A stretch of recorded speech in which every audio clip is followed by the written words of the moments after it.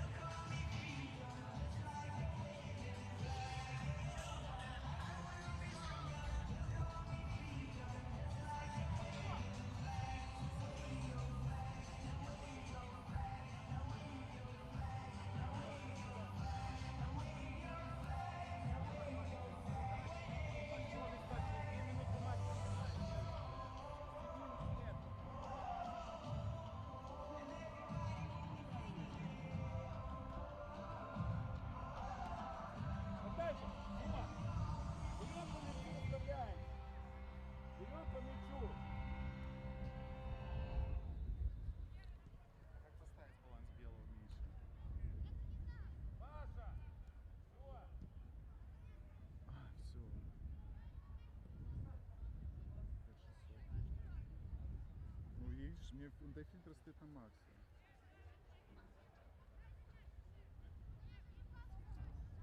П2.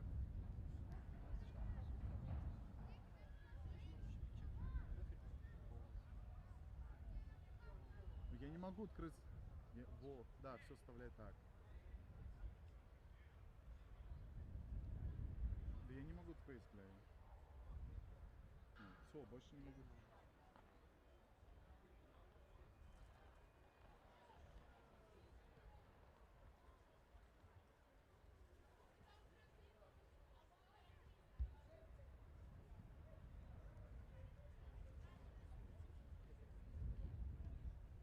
Так ты ж гейм поставил.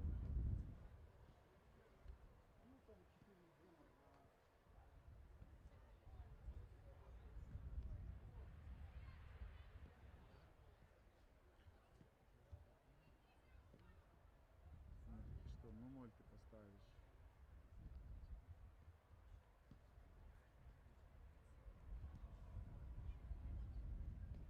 Подожди, а если найти не слышу? Не сделал? Ну, что я сделаю? Я хуй его знаю.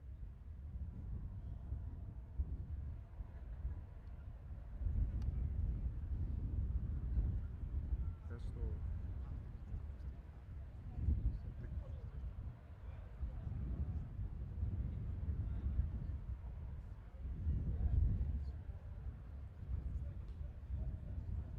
Так он и говорит, да. Убрать с авто. Надо убрать с авто на первый. Так это на авто.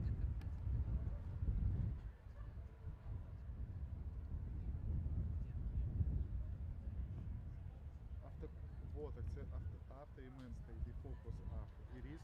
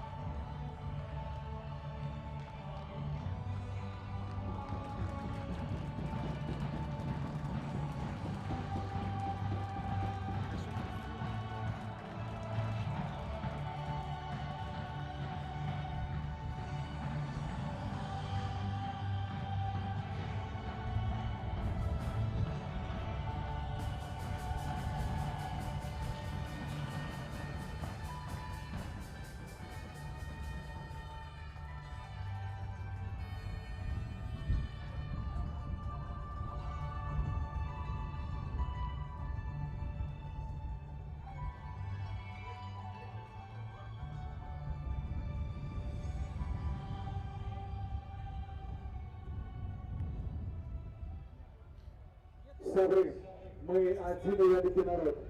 Все разом мы, белорусы. Давайте проспеваем державный гимн разом. Гучить державный гимн Республики Беларусь.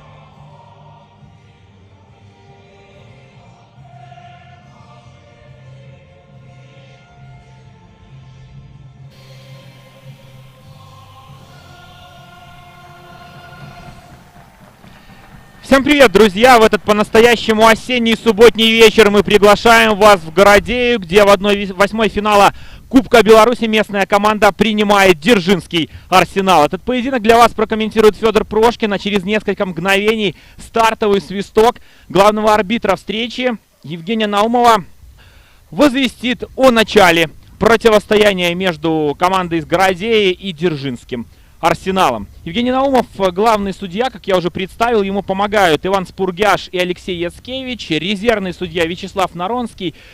Вся судейская бригада представляет столицу Беларуси. Инспектор матча Михаил Архипов из Жодина, делегат Ассоциации Белорусской Федерации футбола Игорь Цаплюк, который представляет город Минск. Напомню, что Городея — это представитель элитного дивизиона в данном розыгрыше Кубка Беларуси на данном этапе, но помним, что дела у Городея идут неважно. Команда расположилась на 13-й строке в турнирной таблице. Нависла угроза вылета в Лигу первую. И, конечно, несмотря на важность этой встречи, на важность этого поединка и возможность пройти в следующий раунд, прежде всего, пожалуй, Олег Радушка, его тренерский штаб, да и футболисты Городея думают о том, как спастись, как сохранить прописку в высшей лиге. Что касается гостевой команды Дзержинского Арсенала, то как раз-таки эта команда представляет лигу, которая находится на ступеньку ниже. Эта команда одна из лидеров первой лиги. На данный момент Арсенал располагается на 3-й строке в турнирной таблице. Довольно бодро шествует по дистанции и наверняка хочет присовокупить к такому старту, дебюту в первой лиге и успешное выступление в Кубке страны. Потому, наверное, с точки зрения мотивации, сегодня она у красно-белых должна быть повыше. Но как оно получится, будем с вами смотреть, будем следить. В конце концов, позитивные эмоции для Городея сейчас очень важны. И победа в этом матче может дать дополнительную уверенность команде Олега Радушка. Представил я судейскую бригаду, представил себя. Ну и, конечно же, мы не можем не представить главных действующих лиц этого футбольного действа, футболистов и тренеров, которые возглавляют команды. Начнем с гостей. Дзержинский Арсенал играет в красных сегодня цветах, преимущество красно-белая команда. И вот так сходу старался один из футболистов гостевой команды застать врасплох Сергея Черника. Не получилось. Так вот, Дзержинский Арсенал возглавляет эту команду Павел Кирильчик, который с приставкой ИО до конца сезона. До сентября месяца Сергей Яцкович был рулевым Арсенала, но произошла рокировка на тренерском мостике. Один из ассистентов Яцковича и один из футболистов Арсенала, собственно, Павел Кирильчик, возглавил команду. Потому будет очень любопытно посмотреть на то, как дебютирует в футболе Павел Кирильчик, тренер. Как игрока мы все его прекрасно помним, знаем, в том числе по выступлениям в той самой золотой молодежке 2004 года, которая впервые пробилась в элитный раунд Евро. Так вот, Павел Кирильчик главный тренер. В воротах место занимает номер 35 Евгений Абрамович. В обороне справа 20-й Альберт Капский, слева 27-й Валерий Корницкий. В центре обороны 5-й Игорь Рожков и 51-й Александр Скшинецкий. Именно они сегодня должны будут сдерживать атаки Городея. Трио полузащитников в центре поля: 10-й Валерий Синько, 11-й Юрий Ловец и 77-й опытнейший Дмитрий Осипенко, капитан команды. Атакуют городейцы. Меж тем, давайте после этой атаки я представлю тех футболистов, которые впереди у Арсенала должны действовать. И угловой удар первый в сегодняшнем матче мы с вами, друзья, увидим. Так вот, дабы закончить представление состава Арсенала, линия атаки: 9-й Артем Кейко, 91-й Артем Мираевский и 25-й Дмитрий Матяш. О городейцах после розыгрыша этого стандарта. Неплохая подача, но здесь Абрамович выходит, без проблем мяч в руки забирает. И попытка быстро начать свою атаку. Попытка довольно неплохая по задумке, но передача чуть вышла нерасчетливо. Быть может, Кейко не до конца здесь понял своего голкипера. Пока видим, что Кейко занимает место слева. Справа располагается Мираевский и на острие атаки Дмитрий Матяш.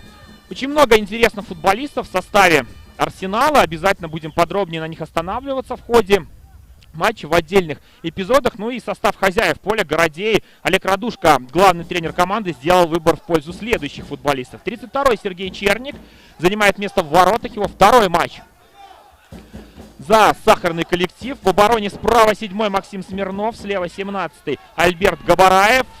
Дуэт российских защитников. Белорусы цементируют центр обороны. 3-й Дмитрий Игнатенко, 72-й Александр Поздняк.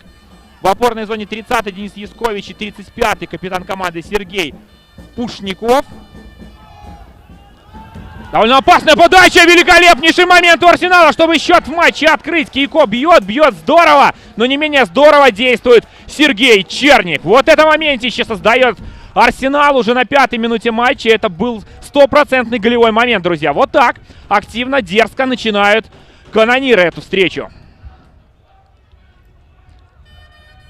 Сергей Черник спасал свою команду в недавнем матче против Мозырской Славии, который завершился 1-1, и прервали неутешительную серию из поражений городейцев в этой встрече и спасает свою команду сейчас. Вот так прозевали, проспали просто-напросто эту подачу защитники Городей. Если бы не Черник, счет в матче 100% был бы открыт.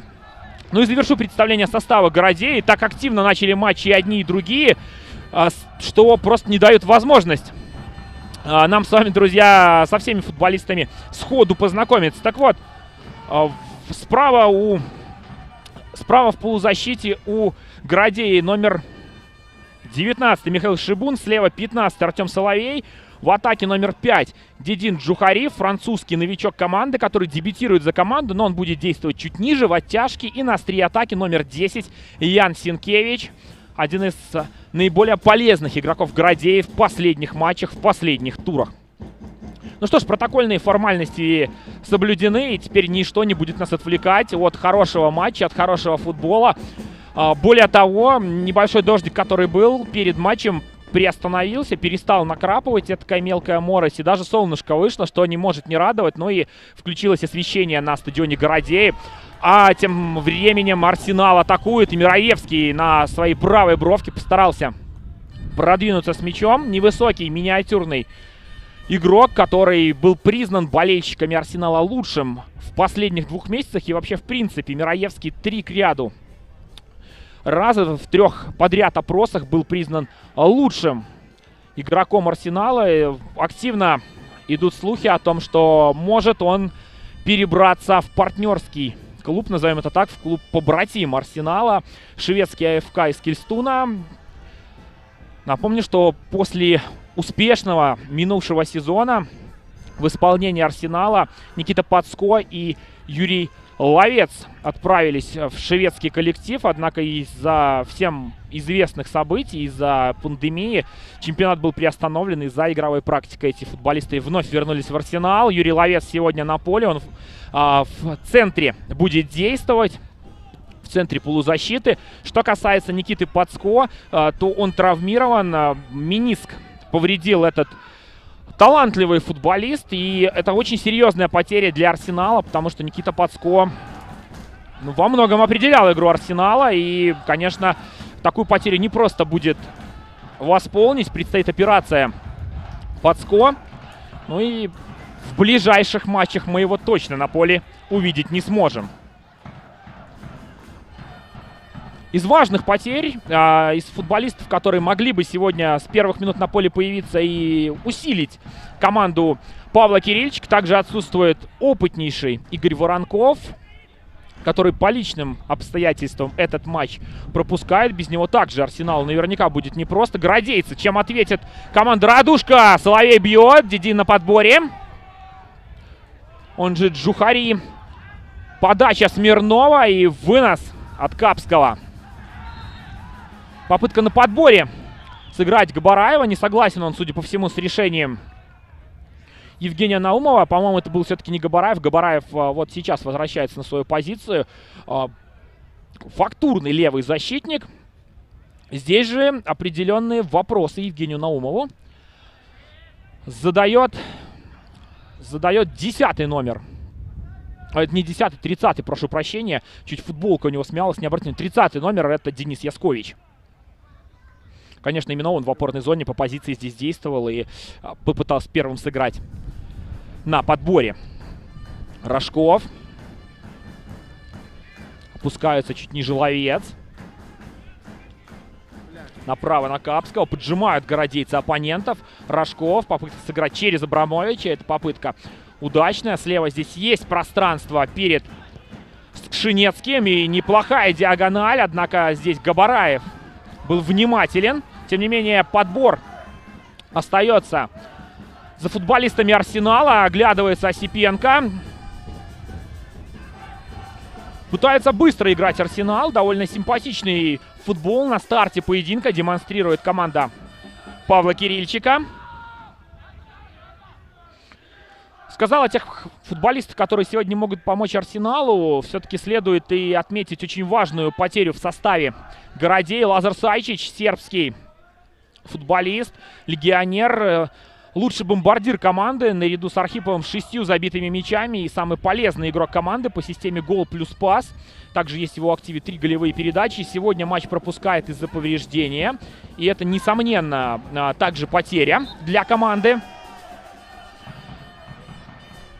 Но по сравнению с предыдущими встречами, которые команды сыграли в рамках чемпионата, я говорил о том, что городейцы сыграли на своем стадионе в ничью со Славией 1-1, а Арсенал в минувший игровой уикенд также разошелся миром с Крумкачами. И счет был аналогичный. Так вот, изменения в составе незначительные. Следим за тем, что Шибун извлечет из этой атаки. Подача от рыжеволосого хавбека Городеи. С этой угрозой без проблем справились красно-белые. Так вот, изменения в составе не особо глобальные. Прежде всего, городейцы перекроили линию атаки. Так Ян Синкевич занял место на острие. В предыдущей встрече там играл Байдук. Он сегодня на замене. А Джухари вышел чуть ниже. Пушников же, действовавший на позиции Джухари в матче со Славией, опустился в опорную зону и заменил там Андрея Сорокина. Ну и еще одна замена связана, собственно, с отсутствием Лазара Сайчича. На поле с первых минут сегодня действует Михаил Шибун справа. Матиаш борется активно с Поздняком. Казалось бы, вынуждает его выбить мяч за пределы поля, но здесь Габараев помог партнеру и владение для Городей сохранил. Пушников, Синкевич. Чуть в оттяжке действует, опускается, чтобы встретиться с мячом. Но передачу безадресно отдает. Там никого из партнеров не было. И у Соловья немного вариантов было откликнуться на эту передачу. Что касается гостевой дружины, то здесь также несколько изменений. Как я уже говорил, Воронков отсутствует по личным причинам. В связи с этим Валерий Синько с первых минут появился. Он занял место в опорной зоне. И Дмитрий Матяш также действует с первых минут. Вместо Антона Абрамовича он появился. Ну, конечно, не прямая здесь замена. Абрамович также в большей степени игрок центра поля. Несколько передвинул фишки, как принято говорить в таких случаях, Павел Кирильчик, чтобы сбалансировать состав после потери того же Воронкова. Но у Пацкова уже чуть больше отсутствует, нежели один матч. Посмотрим, чем завершится этот стандарт в исполнении Арсенала. Мираевский у мяча, именно он будет подавать от правого углового флажка. Хорошая подача, и никем был не прикрыт Альберт Капский. Но точного удара защитнику Арсенала нанести не удалось.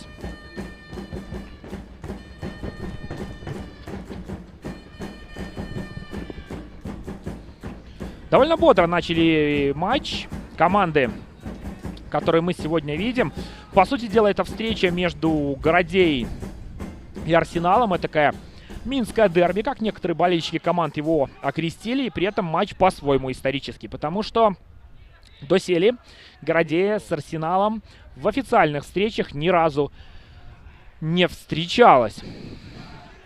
Было 2 товарищеских поединка в минувшем сезоне. Завершился матч победой Арсенала со счетом 3-2. Ну а перед началом нынешней игровой кампании был зафиксирован реванш Городей 3-1. И сегодня открывается личный счет взаимоотношений Городей и Арсенала. Но здесь ничего удивительного нет. Обе команды довольно молодые, особенно это касается Арсенала.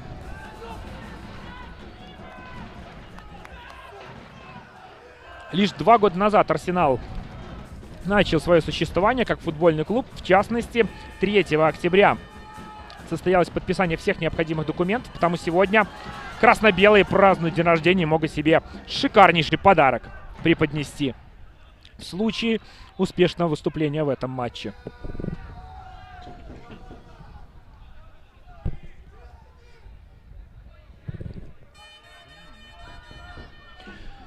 Обращаем внимание, что Юрий Ловец часто опускается к своим центральным защитникам, помогая разыграть мяч из глубины.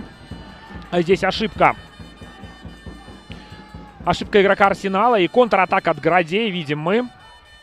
Соловей мчался с мячом, однако в отборе здорово действует футболист Арсенала. Осипенко, как хладнокровно действует капитан Арсенала. Ну, с его-то опытом абсолютно неудивительно, что в подобной манере может играть Осипенко, однако у своих ворот все-таки следует быть осторожным, это чревато последствиями.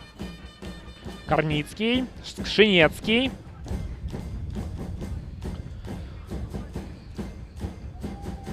Несмотря на то, что Арсенал команда молодая с точки зрения основания, да, своего, но следует обратить внимание, что в составе дружины Павла Кирильчика много опытных футболистов. Это прежде всего Воронков, который сегодня отсутствует. Это Игорь Рожков. Тот же Александр Шинецкий, который все же помоложе своих партнеров, которых я упомянул выше. Дмитрий Осипенко. Ну, вот это прежде всего те футболисты, которые на ум приходят. Но при этом и перспективной молодежи также в рядах красно-белых хватает. Я говорил уже о Мираевском, которому присматриваются довольно активно клубы выше статусом, нежели тот, в котором он сейчас выступает. Мираевский, к слову, самый полезный игрок Арсенала. 5+6 в его активе. 5 голов, 6 голевых передач. И он самый результативный игрок Арсенала в первой лиге.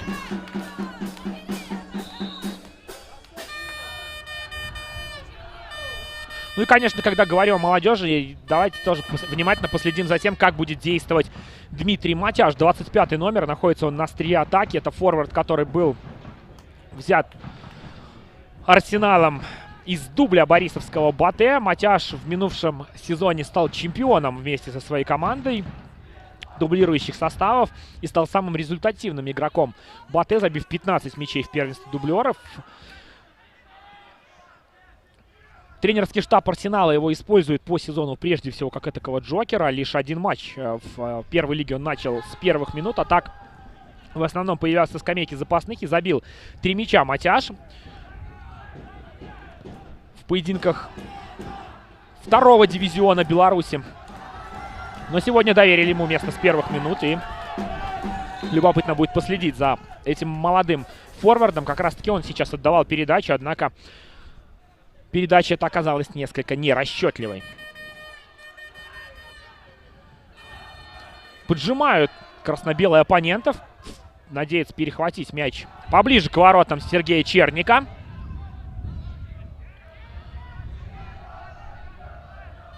Конечно, нужно Городею думать о том, как сохранить прописку высшей лиги, что делать команде, чтобы остаться в элитном дивизионе.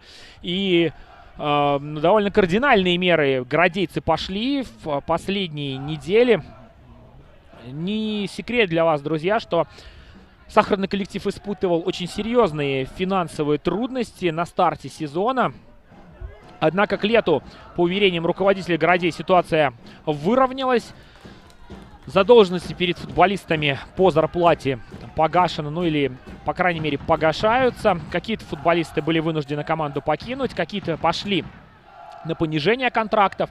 Ну и на минимальные условия с точки зрения контрактов. С целью получить возможность игровой практики довольно большая группа игроков пополнила Городей в в последние недели. Вот это и есть, собственно, кардинальная мера привлечения аж 8 новичков в состав. И именно они должны помочь Городеи остаться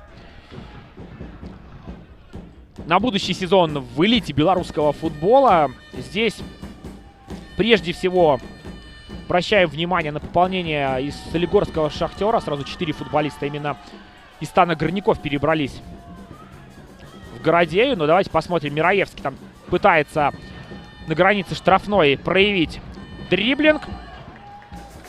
Больше правым флангом атакуют канониры. И помним, самый опасный момент в матче именно оттуда пришел. После подачи Мираевского бил Кийко головой, однако переиграть Черника не сумел. Ну и сейчас подача. Подача, которая последовала с правого фланга, могла быть опасной, но таковой не стала, так как Черник из ворот. Вышла подача, эту Валерий Синько исполнял. Так вот, 4 футболиста из «Шахтера» перебрались в Городею. Здесь прежде всего мы отмечаем Дедина Джухари. Он за «Шахтер» таки не сыграл. Пришел из юрмальского «Спартака» этот футболист французских кровей.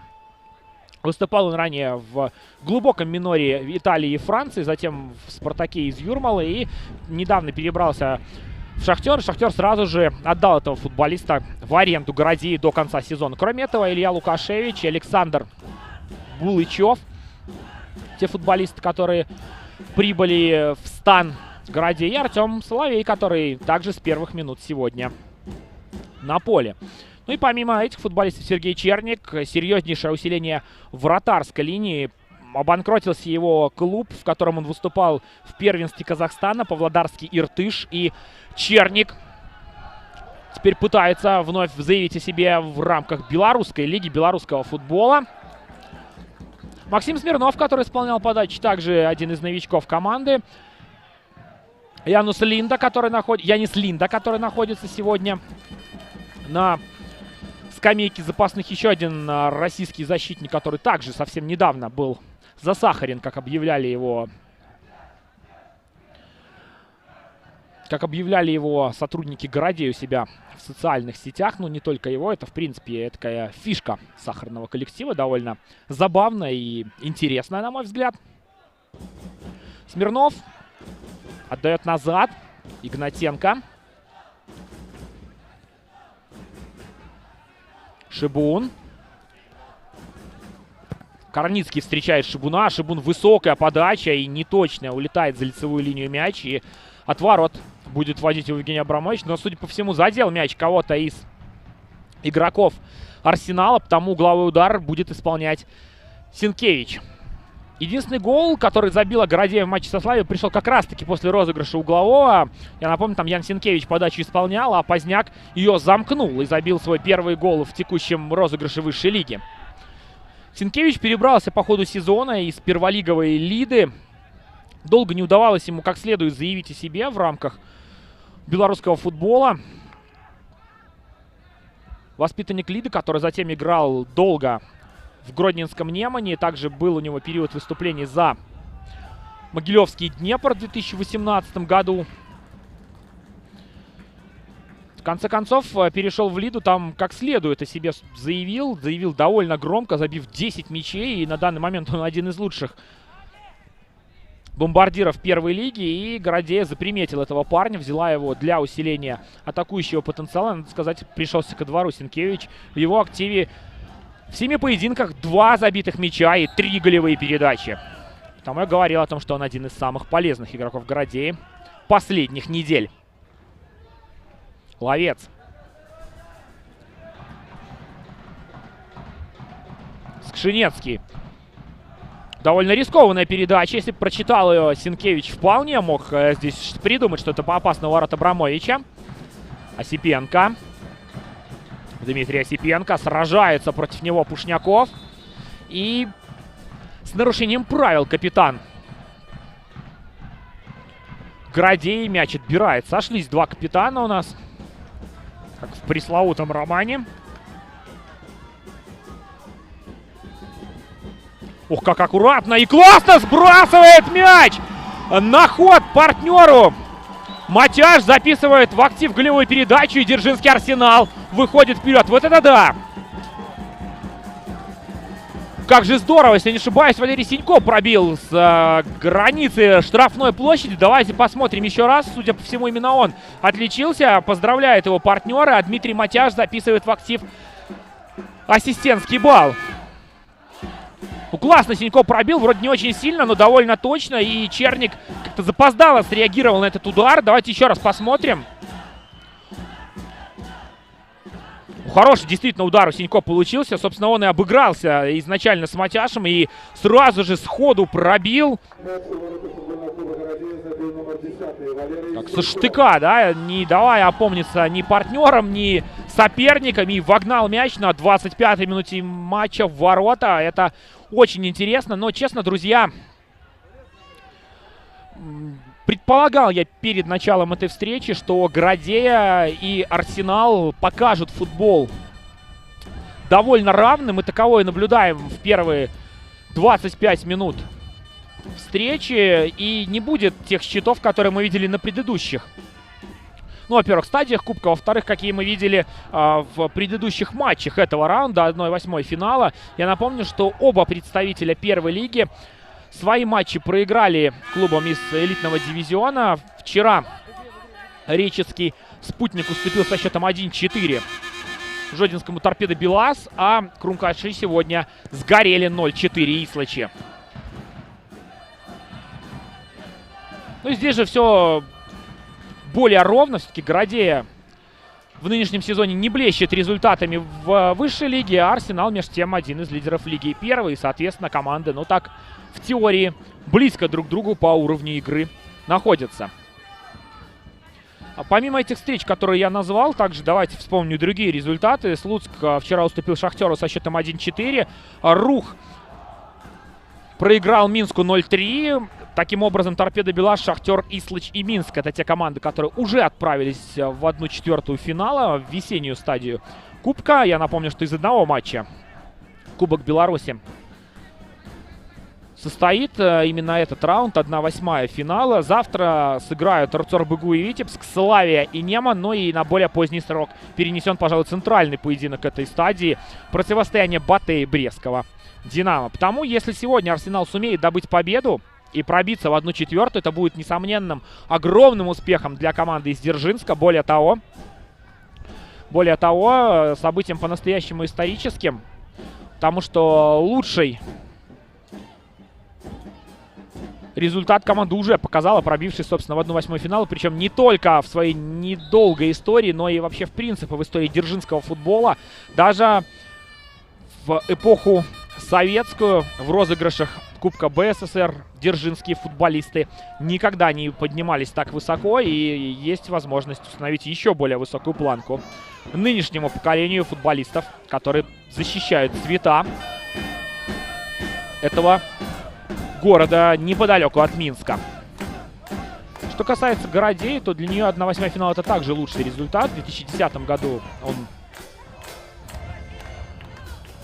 был, и сейчас Городея его повторяет.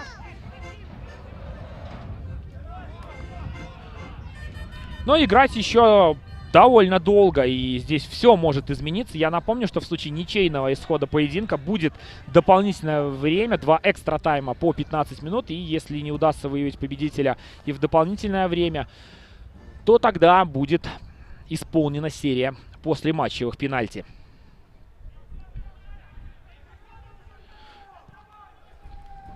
Городейцы пропустили, и серия их с пропущенными мячами неутешительная продолжается. Если не брать в расчет стадию 1/16 финала Кубка страны, где городейцы сохранили ворота в неприкосновенности и обыграли Нафтан со счетом 2-0, то 12 матчей в высшей лиге команда Олега Радушка пропускает неизменно. И сегодня также команда вновь пропускает. То есть оборонительные действия оставляют желать лучшего. Ну и более того, команда не выигрывает довольно давно, в частности, 7 матчей без побед. У Городеи последняя победа наверняка памятно болельщикам не только Городей, но и, в принципе, всем, кто пристально следит за белорусским футболом. В середине июля городейцы обыграли Белшину со счетом 2-1. Причем все мячи были забиты там в компенсированное ко второму тайму время. И очень горячая концовка, очень горячий финиш получился в этом матче. Что касается Арсенала, то здесь также есть некоторые проблемы у канониров с достижением искомого результата. Довольно сильные соперники были у Арсенала в рамках первой лиги. И команда 4 к ряду встречи завершила с одинаковым счетом 1-1, потому сегодня, если Городей отыграется, такая встреча может быть 5-й. Но, тем не менее, победитель так или иначе в этой встрече точно будет. Осипенко.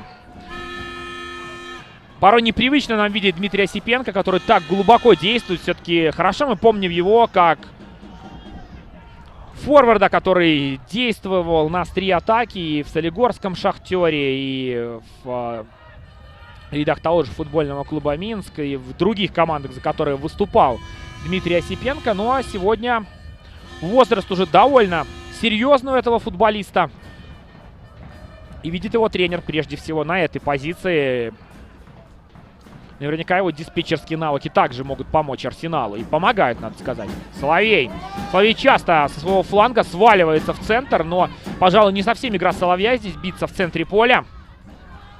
Знакомая ему позиция. В частности, помнится, что Сергей Гуренко в бытность Соловья игроком Минского «Динамо» периодически использовал его здесь на позиции полузащитника. В определенных моментах на позиции инсайда. Ну и так по ситуации Соловей поменялся с Джухари местами. Француз занял место слева, а Соловей действует на позиции под нападающим. Быть может, не очень вяжется игра в атаке, игра комбинационная, потому вынужден Олег Радушко здесь некие перестроения делать. Пробует он футболистов, экспериментирует и ищет те сочетания, которые помогут команде в матчах высшей лиги. Джухари. Пока не столь заметен этот футболист, да, двигается много, постоянно ищет встречи с мячом. Но сказать, что он конвертирует это в некую остроту у ворот Абрамовича, сложно. Соловей уже справа оказывается в штрафной площади соперника. Очень активен Артем Соловей, много он двигается. Известен он своей динамикой, футболист, который может поддерживать высокий темп, но пока не так много толку от этих движений. В основном мяч Соловей теряет в большинстве случаев в то время, которое мы видим, да, по истечении 32 минут матча. 31 точнее, и 32 на данный момент идет. Стандарт.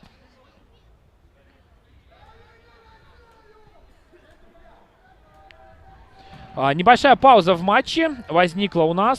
Потерял щиток Юрий Ловец, и Сергей Черник здесь помог вернуть этот элемент экипировки оппоненту. Евгений Наумов внимателен. Пока не так много было у него работы, и это здорово. Довольно корректно встречи протекают. Борьбы хватает, и нарушение правил также мы видим, как в данном случае. Здесь Альберт Капский излишне ретиво атаковал Соловья. Ян Синкевич у мяча. По той игре, которую мы видим, стандарт — это шанс для Городей. В принципе, эта команда славилась и на протяжении предыдущих сезонов тем, что качественно исполняла штрафные удары, угловые. Много мячей забивали после розыгрышей стандартов. И здесь верность традициям в какой-то мере сохраняет Олег Радушко и его команда. Синкевич. Сипенко выбивает мяч. Пушников. Против него Скшинецкий. Шибун. Пушников. Попытка перегрузить правый фланг. Здесь и Яскович из опорной зоны пришел помогать. Сразу 3 футболиста Городей оказалось. Смирнов. Также довольно любопытный игрок из молодежной системы питерского «Зенита». Выступал он также в некоторых клубах минорных российских И перебрался недавно в ряды Городей. Справа он место занимает. Альберт Габараев занимает место слева в обороне. И также довольно полезный футболист. Привыкли мы его видеть в последних матчах. Также довольно высоко. Он активно поддерживает атаку. Но сегодня пока Габараев не так активно вперед идет по своей левой бровке. Шибун опередил события. Мяч в пятку ему попал. И ушел от правого хала за боковую. Нужна поддержка Корницкому. Игнатенко показалось, чуть подтолкнул Матяшину. Наумов был рядом, показывает все в пределах правил. Черник пасует на Игнатенко. Поздняк. Поздняк и Игнатенко, два центральных защитника Городей в нынешнем сезоне. Кирилл Павлючик и Семен Шестиловский, которые несколько сезонов были основными у Городей, покинули команду. Причем оба перебрались в Мозырскую Славию. Станислав Сазанович также пополнили ряды Бобруйской Белшин. Это довольно такие серьезные потери. Ну и по ходу сезона Артем Архипов ушел в Солигорский Шахтер. В нынешнем году он за Городею много не играл.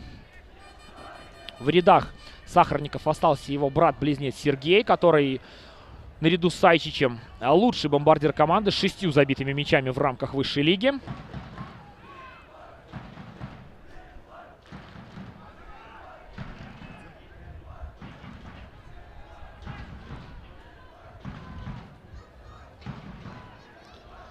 Хороший отбор в исполнении городейцев. Смирнов. Есть перед ним свободная зона. Внимательно действует молодой защитник Городей. Шибун. Постоянно пытаются двигаться футболисты в белых футболках, но не все получается. Хорошая атака в темп. Подача Шибуна, точнее прострел исполнял полузащитник и зарабатывает очередной угловой удар. Пока дивидендов из этого компонента игры Синкевичу и партнерам извлечь не удалось. Активен фан-сектор Городей, пусть он немногочисленный, но он и есть, поддерживает своих любимцев.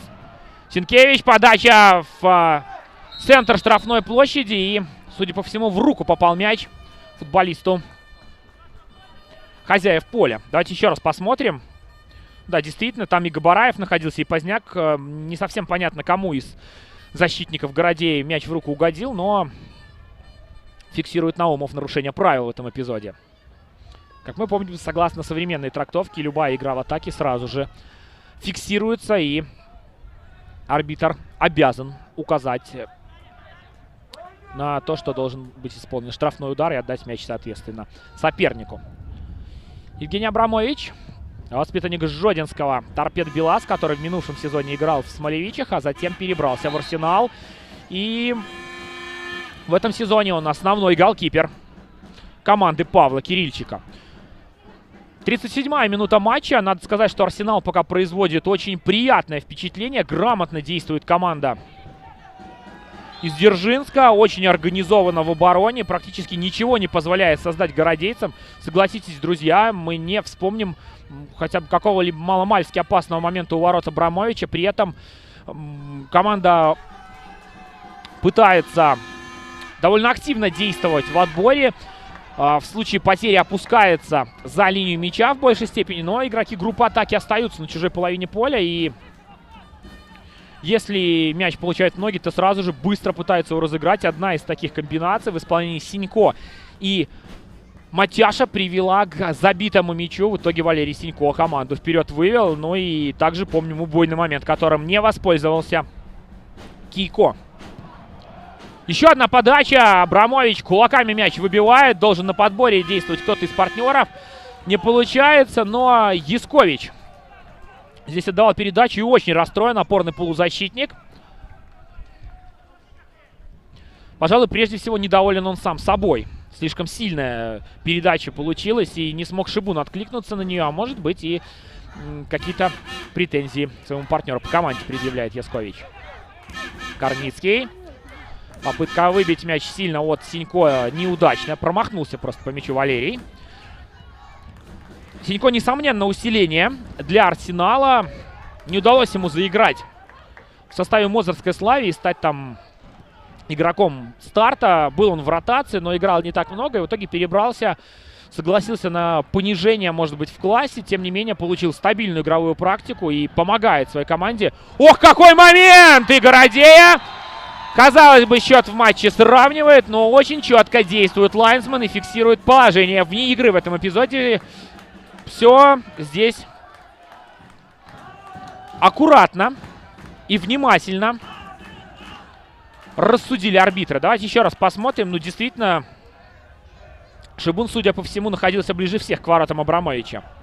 Подача от Габараева, и кто-то из футболистов, находившихся в штрафной, мяча наверняка коснулся, и поэтому Шибун оказался за линией офсайда. В принципе, городейцы здесь и не сильно спорили. Но момент очень хороший, и нужно здесь внимательно действовать. Благо для Арсенала удалось линию офсайда эту самую выдержать. И здесь в какой-то мере повезло команде Павла Кирильчика. Кейко стелется. Смирнов в подкате мяч выбивает.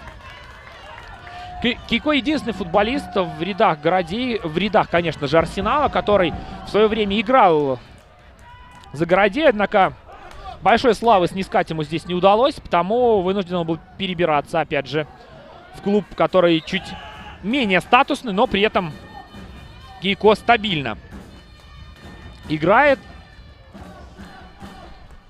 и помогает своей новой команде добиваться необходимого результата. Ловец. Видим, что очень много в игре Арсенала в центре поля строится на этом полузащитнике Юрий Ловец. Часто с мячом встречается, либо он, либо Осипенко постоянно ищут партнеров впереди, постоянно пытаются разбивать определенный прессинг со стороны Городеи. Ну а Валерий Синько действует чуть повыше на позиции, собственно, десятки того номера, который на спине у Синько. Но в случае необходимости опускаются ниже. Что касается Мираевского, что касается Кейко, то они на флангах также располагаются немножечко выше. Мираевский, кстати говоря, потерялся во второй половине первого тайма. Не так заметен полузащитник или же форвард. Здесь кому как больше нравится. Артем Мираевский, воспитанник столичного «Динамо». Ну, точнее, был он в системе «Динамо». Затем перебрался в Городею. Ну вот, под мои слова, Артем Мираевский делает счет в матче 2-0. Вот это Арсенал. Айда канониры, друзья. 0-2, 42-я минута матча. Артем Мираевский удваивает перевес Арсенала. И, честно говоря, для Городеи начинает все пахнуть. Ну, не совсем приятно. Начинает пахнуть жареными. Дело не только в вкусном шашлыке, который здесь неподалеку готовят. 0-2 это серьезный удар по самолюбию, это серьезный удар по амбициям городейцев. Но Арсенал абсолютно заслуженно ведет в счете и абсолютно заслуженно ведет в счете с разницей в 2 мяча. Мираевский лучший бомбардир команды, его 6-й гол в текущем сезоне. В прошлом туре Артем Мираевский 50-й матч сыграл за Арсенал. И, как ласково кличут его болельщики, король мира забил 2-й гол сегодня. 2-й гол я имею в виду в рядах Арсенала. Ну и удвоил перевес для самого же Мираевского этот гол. Первый в нынешнем матче. С хорошим настроением, судя по всему, команда Павла Кирильчика будет отправляться на перерыв. Ну и давайте незадолго до паузы, которая между таймами у нас возникнет, я напомню тех футболистов, которые могут появиться на поле. Наверняка у Городеи какие-то изменения могут последовать уже сейчас. Джухари! Вот это удар! Хороший выстрел от француза. Чуть не точным получился, но так мяч шел и мог нырнуть туда в девятку ворот Абрамовича. Давайте еще раз посмотрим. На коротке с Шибуном Джухари сыграл, и очень неприятный удар. Мне показалось даже, что в перекладину мяч угодил, чиркнул. Давайте еще разок посмотрим. Ну, тут не совсем хорошо было видно в этом эпизоде. В общем, опасный момент от Джухари. И, судя по всему, мяч действительно перекладину задел. Но, наверное, это самый опасный момент, который Городея создала в первом тайме. Так вот, запасные. Что касается хозяев поля, голкипер Игорь Довгяла на скамейке резервистов. Также Андрей Сорокин, Дмитрий Байдук, Янис Линда, Павел Пашевич, Артем Васильев и Илья Лукашевич. Я думаю, что мы можем увидеть кого-то из футболистов Городеи не просто в скором будущем, а буквально через мгновение. У кромки находится один из футболистов бело-зеленых, но, честно, не рассмотрели, кто же это такой. По-моему, это Дмитрий Байдук. А здесь были некоторые споры относительно того, что на газоне оказался один из футболистов Городеи. И так очень рьяно хозяева поля высказывали Евгению Наумову свое недовольство тем, что пенальти в этом эпизоде арбитр не назначил. Пока очень внимательно действует Евгений Наумов, очень четко. Его помощники также не подводят. Помним о офсайде, который был зафиксирован. Городея все-таки мяч в ворота оппонента отправила, но цифры на табло изменить не удалось. Пушняков, один из главных универсалов в рядах Городеи. Может играть и в атаке, и слева, и справа, и сегодня в опорной зоне он действует. Михаил Шибун поле покидает, действовавший под 19 номером.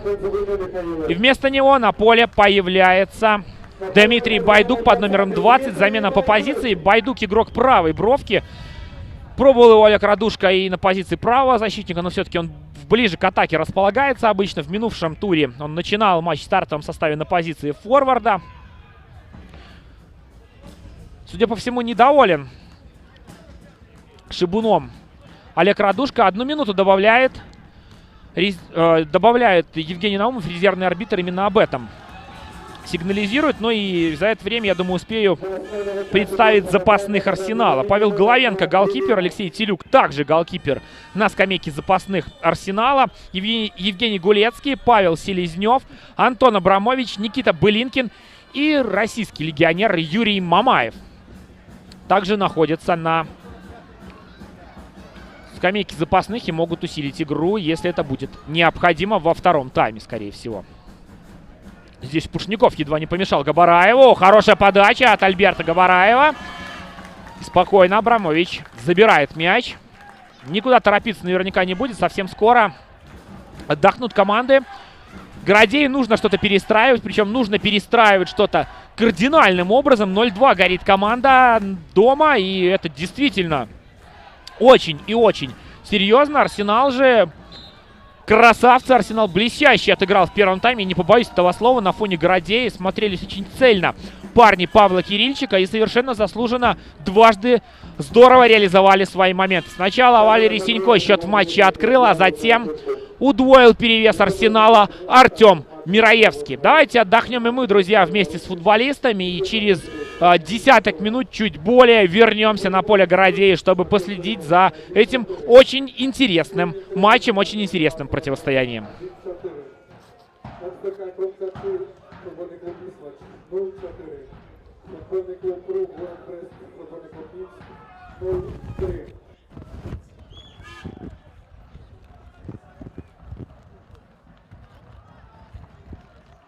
Поважні завзятори, дякую вам за візит на стадіон і щиру підтримку команд. Как настрой снято футболом доставался у вас на вышине, просим уважать вместе с санитарно-эпидемиологичных нормах на стадионе и поза его межами. Будь ласка, виконуйте меры профилактики. Як належите і старанно мийте руки милом і спирту з нащальним сродком. Коли ручкаєтеся, кашляйте, прикрийте рот і нос сагнутим локтем. Можна замість гэтага використовувати одноразовую хустку, яку необходимо одразу ж викинути. Старайтеся не чапати в очі, нос і рот. Это предупредит трапление вируса у организма. При сношении с другими людьми старайтеся не подходить близко. Вытримливайте дистанцию не меньше метра от людей, которые откашляют и чихают. Виконуйте правила рассадки на трибунах, притримуючись шахматного порядка и вытримливайте беспечную дистанцию между местами и родами. Будьте кропотливыми в отношениях один до одного и заставайтесь здоровыми.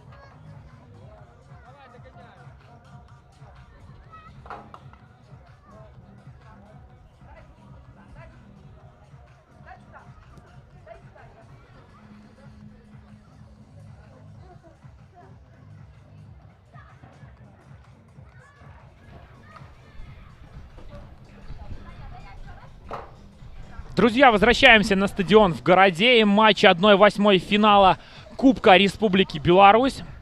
Городея принимает Дзержинский Арсенал. И после первой половины игры впереди гости 0-2. Канониры в первом тайме действовали гораздо более цельно, основательно, нежели оппоненты. Полностью можно говорить о том, что переиграли оппонентов, практически ничего не дали создать у своих ворот. Очень внимательно действовали в обороне, грамотно, с подстраховкой, с прессингом. Там, где это было необходимо, обязательно тоже включались.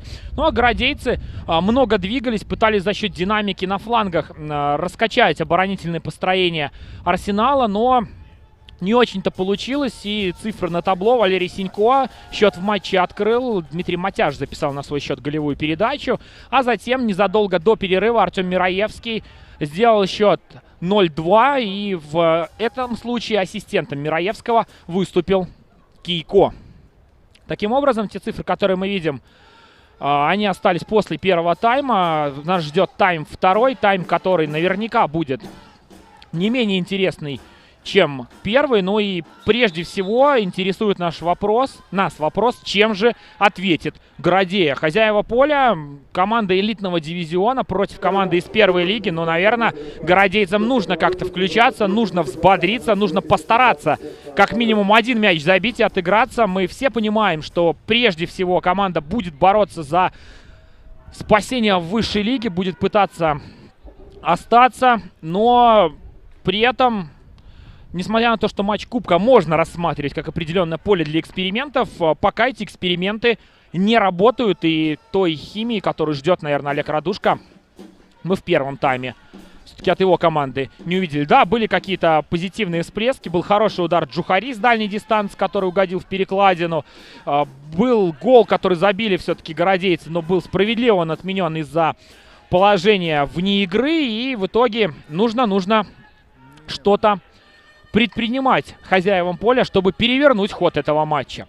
Ну, давайте вспомним, кто же начинал встречу, в каких составах команды действовали. Одна замена до перерыва произошла, о ней также я сейчас упомяну, тем более, что Дмитрий Байдук с мячом как раз-таки, который появился буквально за пару минут до свистка на перерыв. Ян Синкевич неплохо мяч сохранил. И удар, нет, это был не удар, это была, судя по всему, подача на границу вратарской площади. Угловой удар на старте второго тайма зарабатывает Городея. Давайте после этого стандарта я представлю вам и стартовый состав Арсенала, который не изменился, и состав Городея, в котором команда появилась на вторую половину игры. Подача, и вылетал на этот мяч Игнатенко, однако акцентированно пробить по воротам центральному защитнику Городеи не удалось. Главный тренер Городея Олег Радушко. Состав, который действует на поле: 32-й Сергей Черник в воротах, в обороне справа налево 7-й Максим Смирнов, 3-й Дмитрий Игнатенко, 72-й Александр Поздняк, 17-й Альберт Габараев. В опорной зоне 35-й Сергей Пушников, капитан команды, 30-й Денис Яскович. Михаил Шибун под 19-м действовал в первом тайме. Вместо него справа появился 20-й Дмитрий Байдук, слева 15-й Артем Соловей.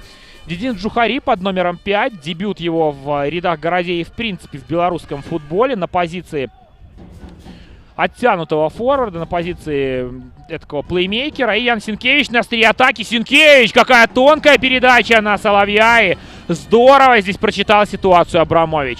Но хорошая атака получилась. Джухари мяч протащил, отдал на Синкевич. Казалось бы, сам Ян может пробить, однако он постарался улучшить еще эпизод, улучшить позицию своей команды, и чуть-чуть совсем не хватило в этом эпизоде. Посмотрим на контратаку Арсенала. Кейко мчится вперед на длинном шаге. Так, Матяш с мячом. Матяш здорово подрабатывает под правую. Дмитрий Матяш. Ну, можно было уже и пробить, наверное. Чуть перегнул Дмитрий Матяш. В этом эпизоде Дмитрий Матяш получает желтую. 25-й номер. 25-й номер Арсенала. Форвард подкатился излишне жестко он в этом эпизоде под Габараева и извиняется, конечно, перед оппонентом. Не хотел здесь грубо сыграть. Тем не менее, первая желтая карточка. Евгений Наумов, который встречу обслуживает, предъявляет предупреждение молодому форварду Арсенала. Помогает, кстати говоря, Евгению Наумову Иван Спургяш, Алексей Яцкевич, оба минчане, резервный судья также представитель Минска Вячеслав Наронский, инспектор Михаил Архипов из Жодина и делегат АБФФ Игорь Цаплюк из города Минск.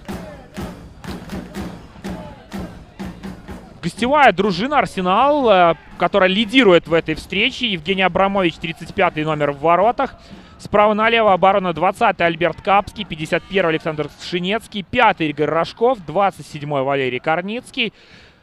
Тройка полузащитников в центре поля. 10-й Валерий Синько, 77-й Дмитрий Осипенко, капитан команды. 14-й, 14-й, конечно же, 11-й номер Юрий Ловец, прошу прощения, друзья. 9-й Артем Кейко и 91-й Артем Мираевский действуют на флангах. Кейко слева, Мираевский справа. И на острие 25-й Дмитрий Матяш. Павел Кирильчик, главный тренер команды, замен пока не делал. Еще один угловой от Городей. Видим, что очень активно хозяева поля начинают второй тайм. Создали один неплохой момент. Хороший подход был к воротам. Также угловой мы видели в исполнении Синкевича. И вновь Ян попробует его исполнить. Подача на дальнюю. Но пробить не удалось и в этот раз. Мираевский против Байдука. Байдук первый на мяче. Поздняк, Черник. Конечно, место в воротах Сергея Черника не подлежит сомнению. Хоть Игорь Довгяла довольно неплохо действовал в воротах Городей на протяжении последних сезонов, тем не менее, пришел Черник как раз-таки, когда Довгяла был травмирован. Сейчас от травмы Игорь отправился, но, тем не менее, я думаю, не просто будет ему занять снова место в воротах. Все-таки, имея в конкурентах столь опытного голкипера и столь мастеровитого, тяжеловато с ним конкурировать Игорю Довгяла.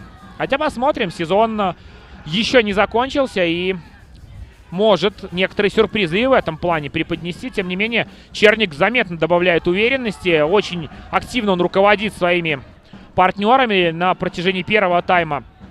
В частности, активно подсказывал Шибуну и призывал его активнее включаться в борьбу. Тем не менее, Олег Радушко остался недоволен действиями Михаила Шибуна. И 19-й номер еще до перерыва покинул поле. И Дмитрий Байдук вместо него справа место в полузащите занял. Пока не очень цельно выглядит, честно говоря, и центральная зона. Зона в центре поля у городейцев. Я имею в виду Ясковича и Пушнякова. Хорошая передача. Застыл здесь на линии офсайда Синкевич. Гораздо заметнее стал Синкевич. Стали партнеры мяч наконец-то до него доводить.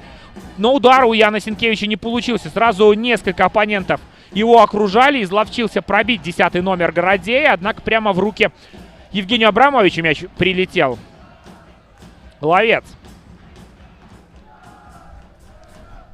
Кейко чуть ниже опустился. Капский. Мираевский.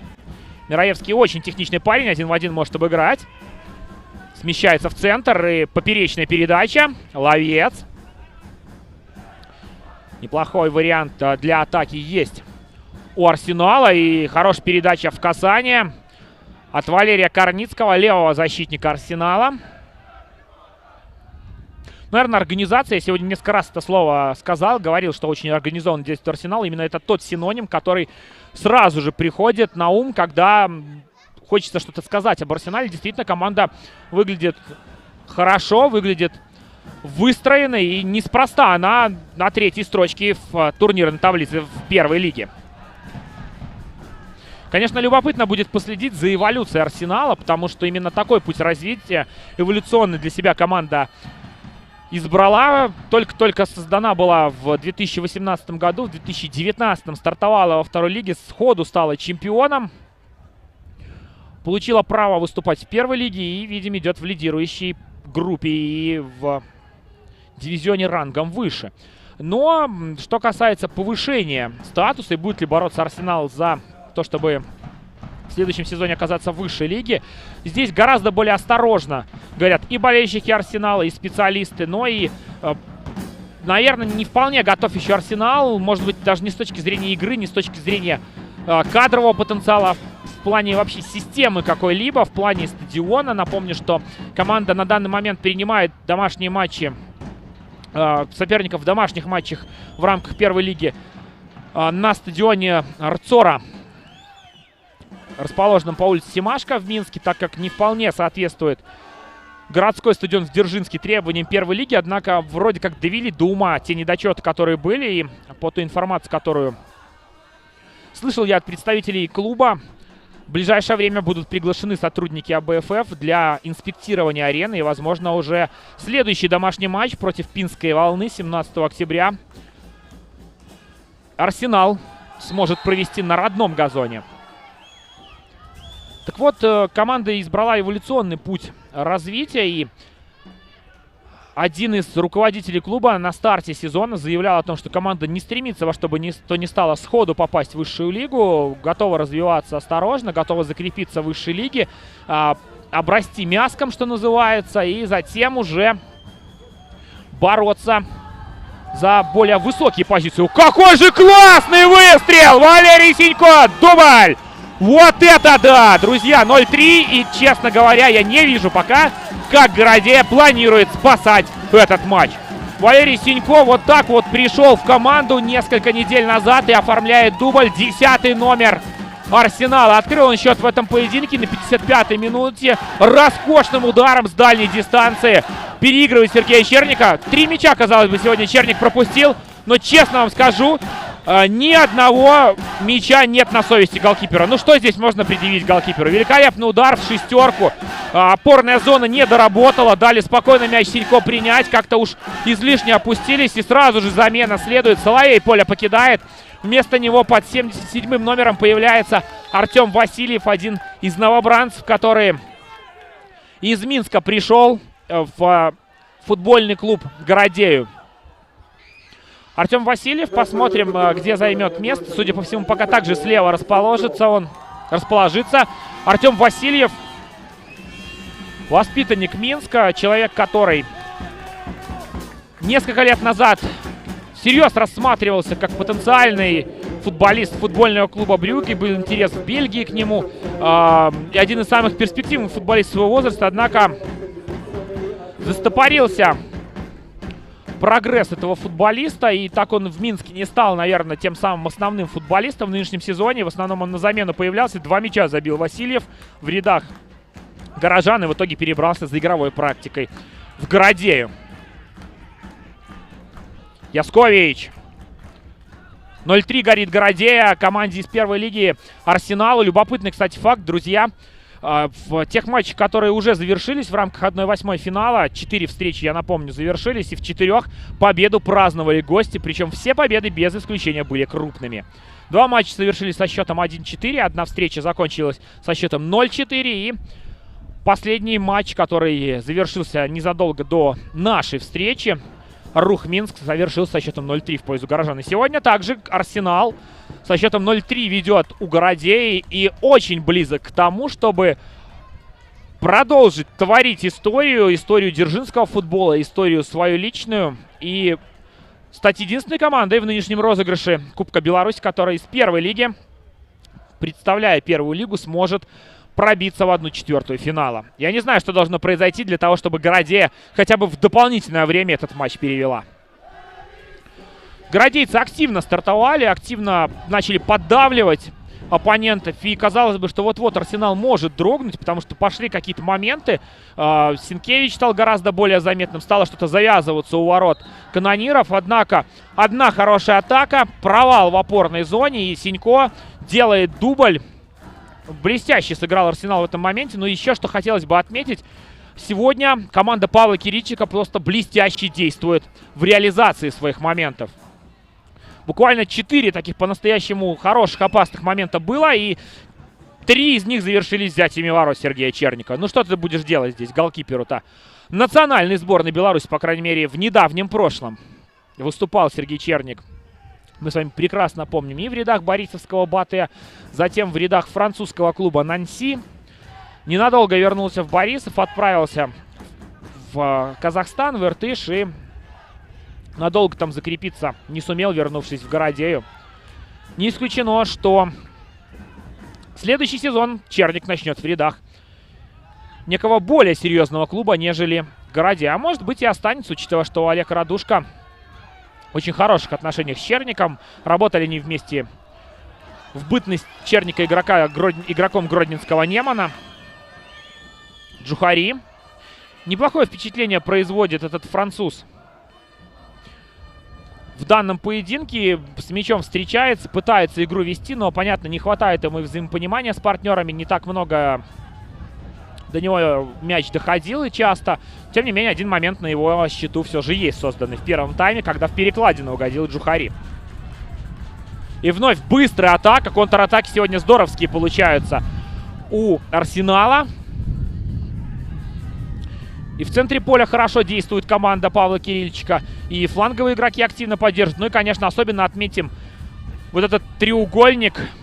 Даже я бы здесь 4 футболистов отметил. Кейко, Синько, Мираевский и Матяш, которые сразу же устремляются вперед, мчатся на всех парах к воротам соперника. И зачастую очень удачно разыгрывают мяч вблизи ворот Черника. Быть может, моментов не так много, но, опять же, моменты качественные, моменты потенциально голевые. И не просто потенциально, по-настоящему опасными они получились. И в итоге 0-3 к 60-й минуте матча.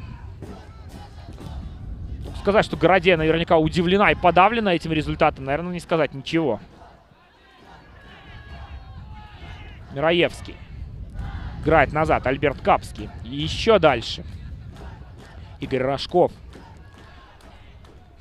Довелось в прессе в последнее время читать много не самых позитивных отзывов о том, что Арсенал набирает стариков.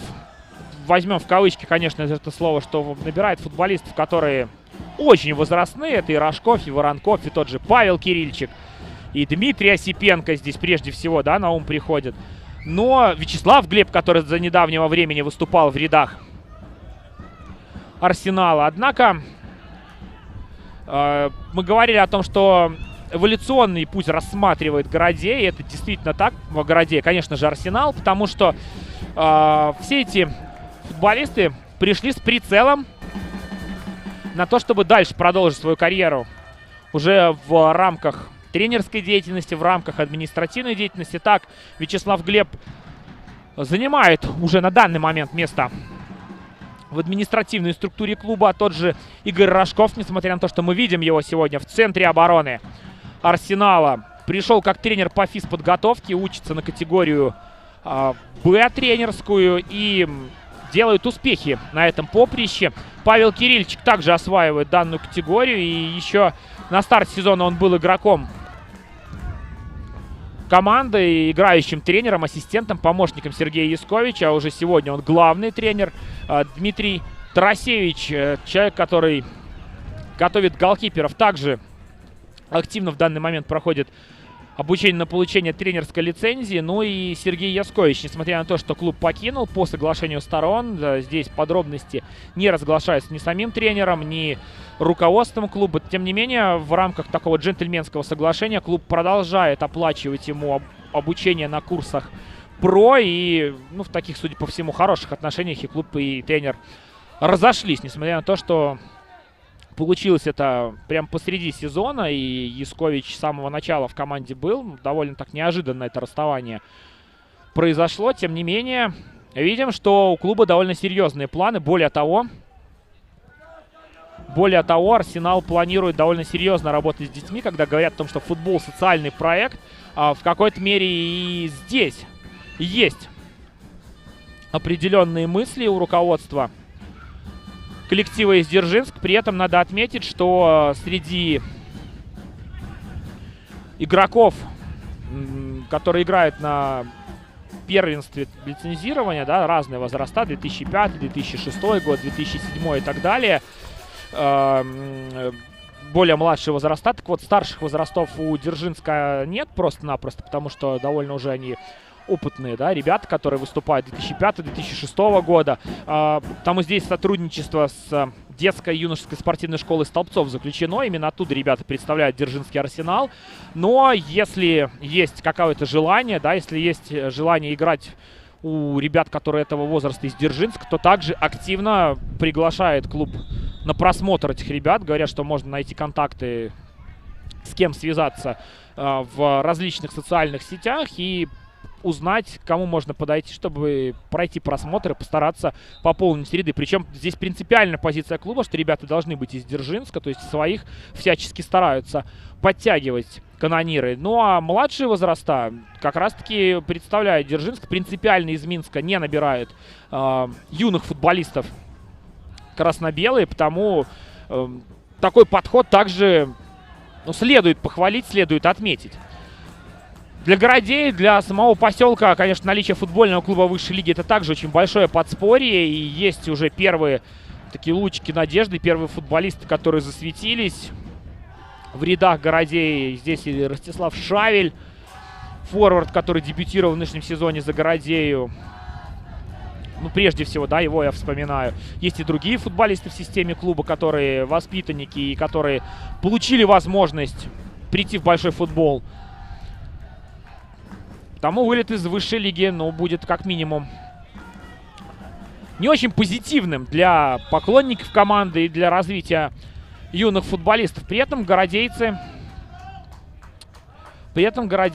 все-таки могут вылететь. Шанс на это у них все есть, и игра пока команды также, признаюсь, друзья, не вдохновляет, наверное. Об этом мы можем говорить.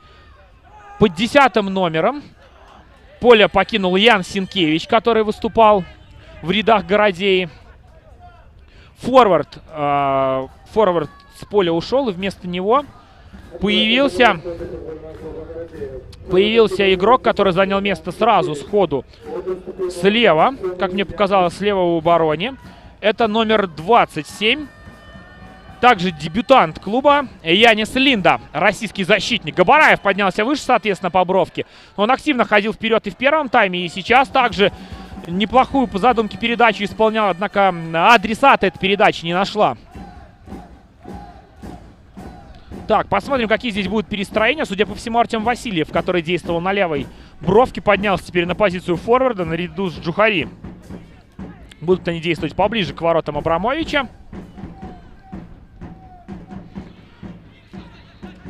Много новых футболистов в составе уже на данный момент, да, это и Васильев, и тот же Линда, и тот же Смирнов, тот же Джухари. Это вот те футболисты, которые прежде всего на ум приходят. То есть, действительно, Олег Радушка, несмотря на счет, пытается, во-первых, что-то изменить, во-вторых, пытается все-таки посмотреть всех деле и подумать в боевых условиях, на кого же можно рассчитывать в матчах высшей лиги. Следующий тур команда Олега Радушка проведет выездным поединком с Гродненским Неманом, ну а затем будут важнейшие матчи со Слуцками, Смолевичами, с прямыми конкурентами за сохранение прописки высшей лиги. На финиш, на закуску останутся Брестская Динамо и Ислыч. То есть не сказать, что супер простой календарь у Городей. Нужно здесь будет стараться. Команде Олега Радушка стараться, причем очень серьезно, для того, чтобы все-таки в элите остаться. Но я не исключаю вариант, что и в определенной мере финансирование клуба также будет серьезно зависеть от того, останется команда вышки или нет. Потому что руководство очень так сдержанно отзывается о том, что с финансами. Говорит, что мы пока на ближайшее будущее лишь смотрим. До конца сезона футболисты пришли на скромные контракты. Не смотрите, что столь много новичков у нас. Все пришли на условия, на зарплаты, которые, минимальные, по сути дела. Синько, конечно, большая разреженность в центре поля у Городей. Пытается команда, во-первых, отыграться. И из-за этого разрывы в линиях очень серьезные. Мираевский, против него Линда. Янис Линда, футболист, который вышел из системы московского Локомотива. Играл в нескольких клубах профессиональной футбольной лиги. Это 3-й дивизион России. Ну а затем играл в чемпионате Крыма. И еще один опаснейший момент. Валерий Корницкий бил, но мяч в сетку ворот Черника не влетел. Здесь и голкипер контролировал полет мяча. Ну и то ли он отразил удар, то ли в штангу мяч угодил. Давайте еще раз посмотрим. Хорошая диагональ на Корницкого. И сразу он пробил сходу. Но, по-моему, в штангу все-таки угодил мяч. Я говорил, что Черник контролировал, но, если честно, он так перескакивал через голкипера. Если бы в створ пошел, не исключено, что мог в ворот влететь. Но угол был довольно острый, и не просто было Корницкому ворота в этой ситуации поразить. Джухари. Пушников. Линда. Габараев поднялся здесь вверх и освободил бровку для партнера. Ну и нарушение правил. Так вот, закончу знакомить вас, друзья, с этим защитником. Выступал он, как я говорил, в профессиональной футбольной лиге России, в ПФЛ, как ее называют. И последним клубом был уже клуб из чемпионата Крыма, который называется Крым-Теплица. В общем, не самый серьезный послужной список у Яниса Линде, но, тем не менее, привлек он чем-то внимание руководство Городей, подписали с ним контракт. И сегодня он дебютирует за Сахарников. Мираевский. Изящный черпачок в направлении 20-го номера команды. Это был Альберт Капский, который хорошее забегание совершил. Неплохо здесь сыграли футболисты, которые правую бровку сегодня так заметно, изрядно утюжат. Интересно, Мираевский справа в защите остается, а Капский и на его позиции. Но здесь тоже по ситуации, дабы не пропустить контратаку, что еще раз подчеркивает, сколь внимательно действуют футболисты. И взаимозаменяемость никто не отменял в этой ситуации. Уж простите за тавтологию, друзья, в этой ситуации. Корницкий. Скшинецкий. Но и что очень удивляет меня лично, это то, что Арсенал не паникует. Арсенал четко представляет, что делать в той или иной ситуации. Очень аккуратно обходится с мячом. Есть возможность хотя бы сократить отставание в счете. Неплохо выкатили в данном моменте. Неплохо выкатили в данном моменте на Васильева. По-моему, именно он бил в этой ситуации. Здесь даже он то ли бил, то ли он выкатывал в направлении Габараева. Однако, так как следует, осетину не удалось подстроиться под эту передачу.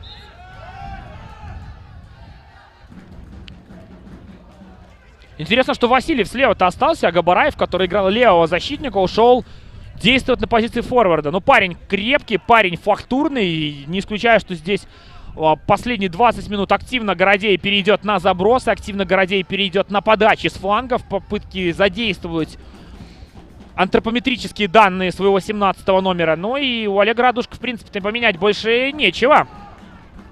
Все замены исчерпаны. Лимит замен, который был, Олег Радушка выбрал до конца.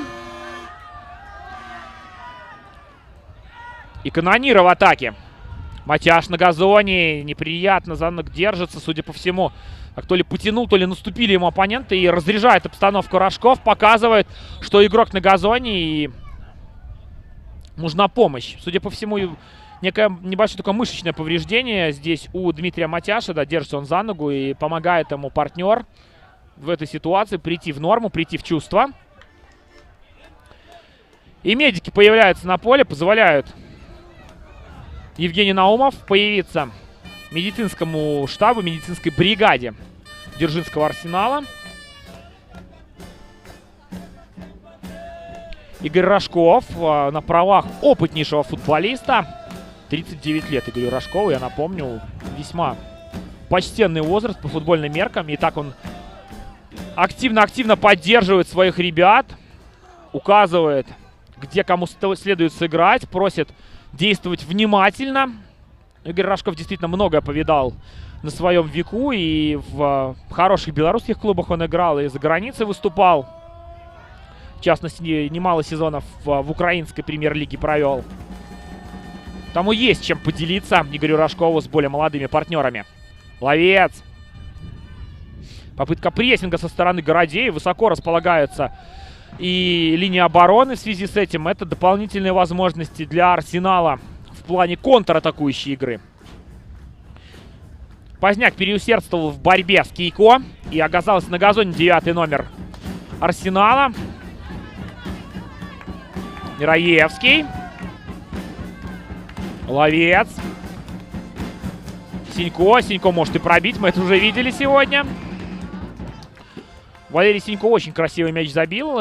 Именно его гол был признан болельщиками лучшим голом августа-сентября в рядах Дзержинского Арсенала. Но думаю, что этот гол получился гораздо более красивым. Интересно, что все три мяча забили очень симпатичные Очень симпатичные забили мячи футболисты Арсенала. Вот так замер я на минуту. Мяч так застыл над линией штрафной Арсенала. Однако здесь выжить чего-то существенного гвардейцам не удалось. И одна из первых замен в рядах Арсенала, если не ошибаюсь, первая, собственно, будет. Так, еще раз бросил взор я на поле. Все футболисты на месте, которые начинали матч с первых минут. И да, действительно, Павел Кирильчик на первую замену решается. Но как самый настоящий часовой механизм действует Арсенал сегодня. Не боюсь я перехвалить команду, но силы-то не безграничны. Удастся ли в весь матч такой ритм выдерживать? Первая замена. Дмитрий Матяш поле покидает. Все-таки не зря ноги у молодого форварда стало сводить. Евгений Гулецкий под 4-м номером появляется. Еще один футболист Борисовского БАТЭ, который был арендован перед началом сезона у желто-синих. Гулецкий игрок центра поля. Наверное, займет он место на привычной позиции. В связи с этим увидим мы какие-то перестроения. Быть может, и иные варианты. Судя по всему, пока Гулецкий располагается слева в атаке, а Кейко занял место страйкера. Яскович. Сразу два футболиста с ним сражаются. И Осипенко в конце концов прихватил за майку. Яскович нарушил правила. И вторая желтая карточка. Одна была у Матяша, но он поле покинул. Сегодня Дмитрий Матяш, кстати, голевой балл записал в актив. Голевую передачу. Ассистентский балл, соответственно. Ну и вот второе предупреждение. На этот раз капитан Арсенала его получает. Если смотреть на погоду, посмотреть, что у нас довольно так пасмурненько, да, но сейчас уже вечер опустился над Городей. Так вот, посмотреть, что играет Арсенал, можно на какой-то миг перенестись в Англию. Однако Арсенал, который играет у нас, Арсенал, конечно же, не лондонский, Арсенал не тульский, Арсенал дзержинский. И действует этот Арсенал очень и очень основательно сегодня.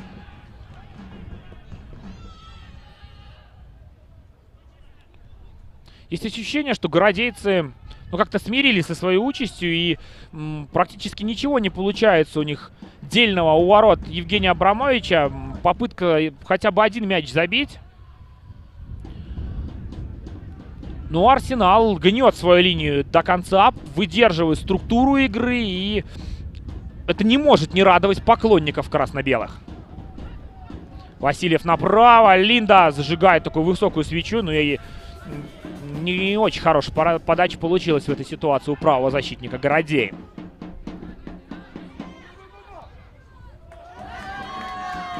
Что отличает этот Арсенал? Команда играет в пас, команда старается выходить из обороны через пас и действует не только длинными забросами или некими диагоналями, но даже под прессингом соперника, под давлением. Команда активно разыгрывает мяч. Где-то на ведении, на дриблинге выходит, а где-то получается его через розыгрыш, как в данном случае. Через Рожкова выходили из обороны, и только затем следовала уже длинная передача. Очень зрелая игра в этом компоненте от Арсенала. Но и абсолютно не удивляет, что команда одна из лидирующих команд высшей лиги, хотел я сказать, до высшей лиги еще далековато, конечно же, первой лиги. Признаюсь, друзья, не так много матчей Арсенала в нынешнем сезоне видел, потому уж простите мне мои какие-то удивления. Я прежде всего прошу прощения у поклонников Арсенала. Наверное, для вас более привычно видеть такую игру, но какими-то отрезками, несомненно, Арсенал видел. В принципе, впечатление, которое сложилось, оно подтверждается, но все-таки здесь команда высшей лиги, команда, на фоне которой могли как-то иначе выглядеть канониры, но нет.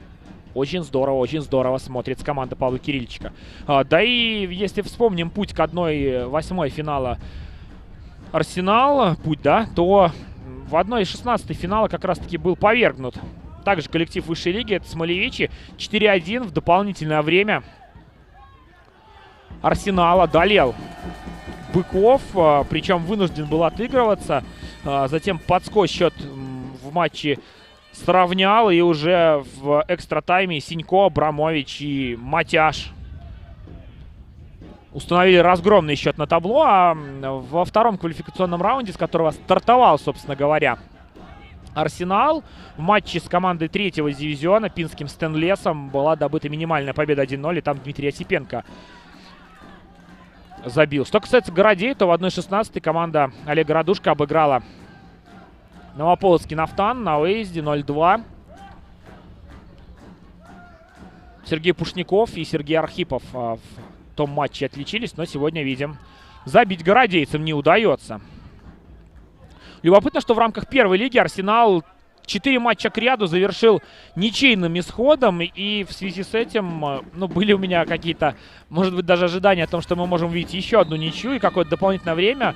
Однако пока остается чуть более 10 минут до завершения основного времени матча. И сложно здесь будет в Городее, ну, хотя бы отыграться, да, начнем с этого.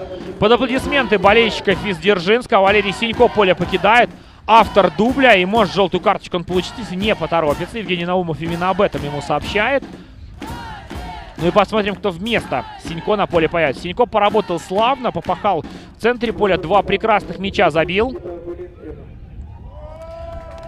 И вместо него на поле появляется футболист. Честно говоря, друзья, не рассмотрел я номер, под которым он вышел. Ну, я думаю, что обращу обязательно внимание и после этого углового вам сообщу, кто у нас запасной появившийся. Подача здесь Абрамович едва не ошибся на выходе.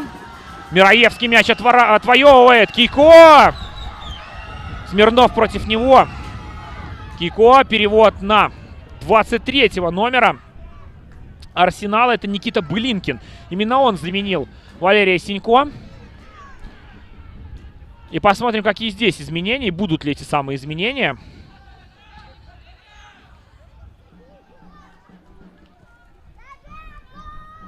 Ну, судя по всему, Былинкин в центре поля место занимает. Рядом с Осипенко. И также здесь действует Юрий Ловец. Былинкин очень неаккуратно было в этой ситуации сыграно. И потеря мяча Артем Васильев. Линда мяч вводит из-за боковой. Яскович. Сейчас городейцы неплохо поджали оппонентов. Прижимается Арсенал к своей штрафной, но все перекрыто. Адресатов так найти не удалось. И в итоге потеря следует со стороны Городея. Но, правда, здесь взаимностью отвечает и Арсенал.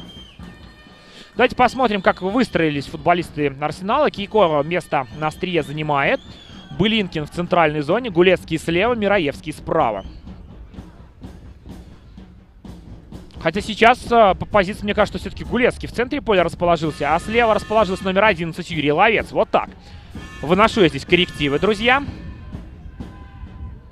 И еще одна замена от Павла Кирильчика. Совсем скоро мы увидим третьего футболиста, который со скамейки пополнит эту игру.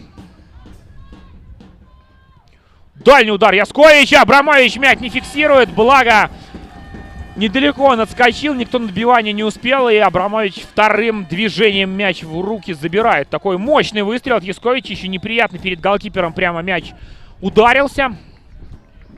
27-й номер.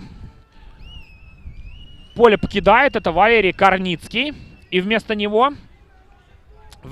под номером 19 появится Антон Абрамович. Также футболист, который довольно часто в составе играет. Посмотрим, где же место Абрамович займет.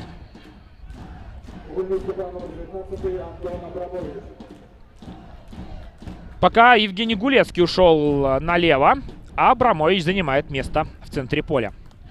Вот так активно Павел Кирильчик тасует состав. Выход новых футболистов не всегда прям позиция на позицию. Идет этакий размен определенный. Ну и да, Евгений Гулецкий, номер 4, занял место левого защитника. Абрамович же расположился в опорной зоне. И, судя по всему, также слева он будет действовать. И, ну, где-то здесь поддерживать атаку. А быть может, он все-таки будет действовать прям с левой бровки, а Юрий Ловец в центре. Вот, по крайней мере, по картинке вам не очень хорошо видно, Ловец наверняка в центре поля расположился. Так же, как и вы, друзья, знакомлюсь с некоторыми футболистами Арсенала. Кого-то для себя открываю, кто-то, конечно, на виду давно. Потому очень внимательно следим за теми перестроениями, которые есть. Ох, момент-то был какой хороший у Городеи. Ну, хотя бы один-то мяч сахарники забивать должны, наверное. Моменты были в этом матче уже. И не подстроился под передачу Былинкин. Упустил мяч за боковую. Васильев. Былинкин попытался так обокрасть его сзади, не удалось. Джухари, хорошая техника. Недаром соотечественник Зинедина Зидана.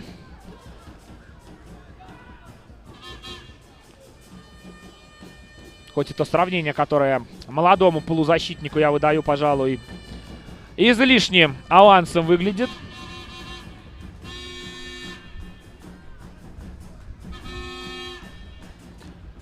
«85-я минута матча. 1/8 финала Кубка Беларуси. Городея Арсенал 0-3. Думали мы о том, что Арсенал наверняка навяжет борьбу Городеи. Причем Арсенал говорили о том, что более мотивирован.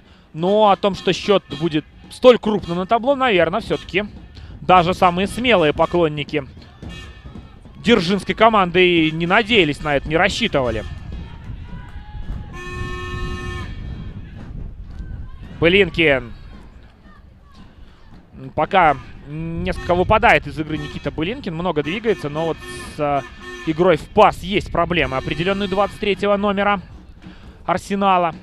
Очень близки канониры к тому, чтобы улучшить свое же достижение. И впервые в истории пробиться в 1/4 финала Кубка страны. Это несомненный успех для пока довольно скромной команды. Давайте будем смотреть правде в глаза. Ничего не придумывают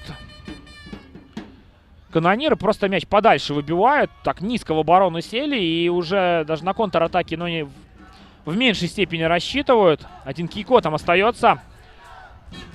Кошмарить, как говорят в таких случаях, того же Поздняка, того же Игнатенко. Но с мячом он не так часто встречается для этого. А Юрий Ловец, тут же Мираевский, появившийся на поле Антон Абрамович, опускаются ниже. И в два эшелона, в две линии очень плотную оборону выстраивает Арсенал. И не позволяет городейцам найти какую-либо лазейку для того, чтобы атаковать ворота Абрамовича. Но вот только с дальней дистанции.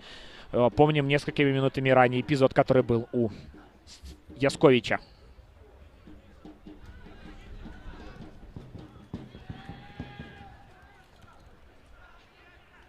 Ловец. Дмитрий Байдук. Это не Байдук был, конечно же, Байдук у нас справа, это был Яскович. Они чуть похожи издалека, единственное, что Байдук более такой плотный парень, более плечистый. Ну и по позиции вроде как не должен располагаться в центре поля, но один номер 20, другой 30. И, признаюсь, друзья, иногда издалека тут возникают нюансы. Еще одна желтая карточка, еще одно предупреждение. На этот раз получает его футболист Арсенала.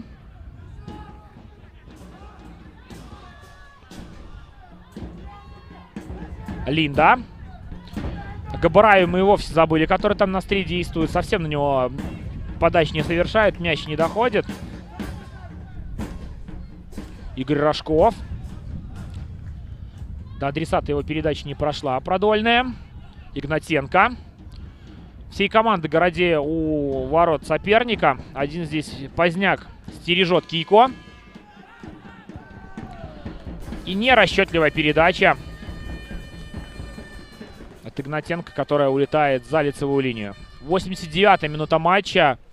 Я думаю, что не стоит здесь ждать чуда поклонникам Городеи. Несколько минут наверняка Евгений Наумов в этом матче добавит, но не более того. И городейцы не спасутся. Уже наверняка мы можем об этом говорить. Тому Арсенал очень близок к тому, чтобы пройти в следующий этап, в следующий раунд Кубка Беларуси. И с большим удовольствием наверняка будет ждать своего следующего оппонента. А там уже команд слабых не будет. Джухари. Васильев. Нерасчетливая передача Артема Васильева. Так с полуоборота он пытался сразу передачу вырезать, но не удалось на Линду ее отдать.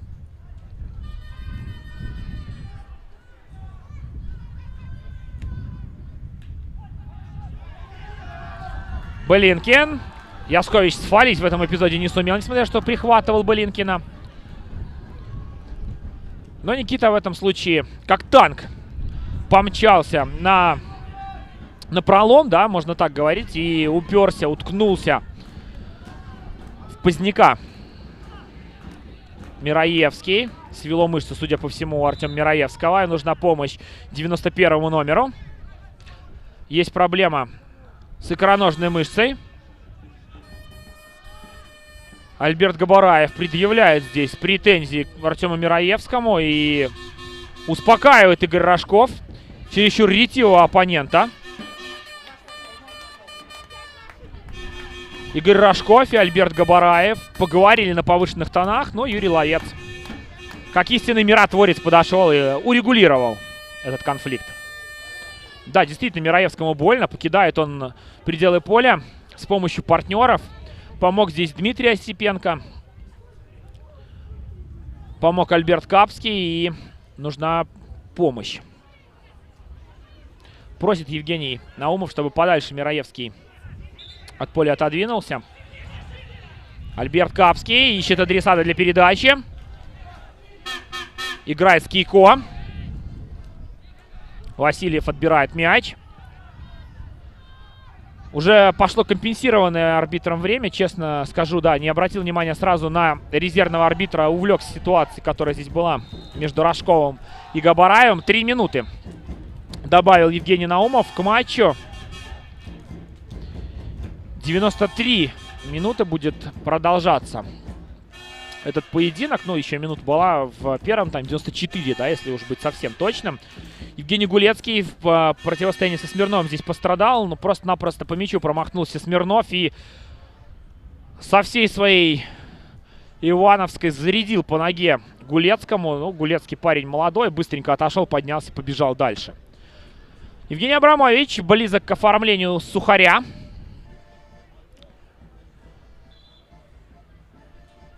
Никуда не торопится Евгений Абрамович.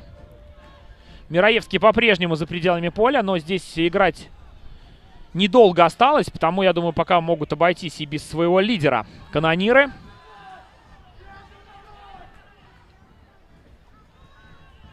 Прессинг со стороны Юрия Ловца. Игнатенко с мячом двигается.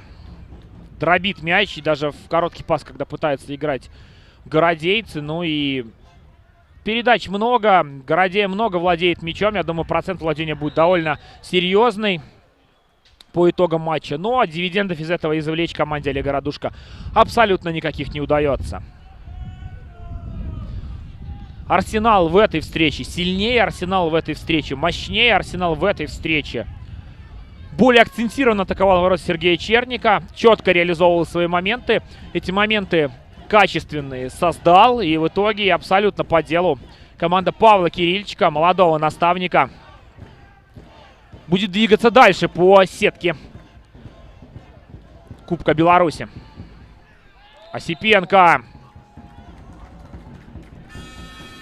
Чуть подсаживается под него оппонент. И какие эмоции от Игнатенко. Евгений Наумов, если бы был менее либерален, здесь мог и карточку предъявить в адрес Игнатенко. И подзывает к себе 3-го номера. Нужно все-таки ему быть более сдержанным. Да, я излишне здесь переусердствовал, говоря о том, что Евгений Наумов прощает такие эпизоды. Ни в коем случае. Честно, даже я слышал некоторые реплики, которые Игнатенко адресовал арбитру, потому совершенно справедливо центральный защитник получает желтую карточку. И все, друзья. Городея уступает Арсеналу 0-3, уступает абсолютно по делу. Качественный матч команды Павла Кирильчика. Наверняка, если вы раньше не следили за Арсеналом, то получали удовольствие от игры этой команды. Поклонникам Городея я призываю сохранять обладание, не расстраиваться ни в коем случае. Все-таки самые важные матчи команды впереди, и здесь определенный, конечно, скепсис может быть относительно сохранения команды прописки в следующем, сохранения прописки в элитном дивизионе и выступления в следующем